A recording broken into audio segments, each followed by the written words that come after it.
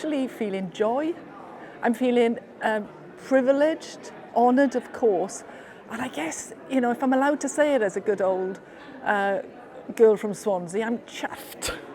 Oh, I've learned many lessons on the way, and I'm still learning.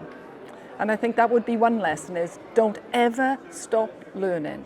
The other one, it would be diversity of thinking and of backgrounds. Embrace diversity in all its forms.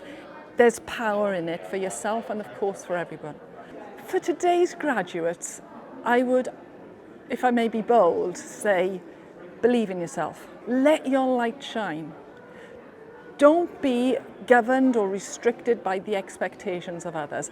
Be persistent in following your dreams, your passion, your imagination. Go for it.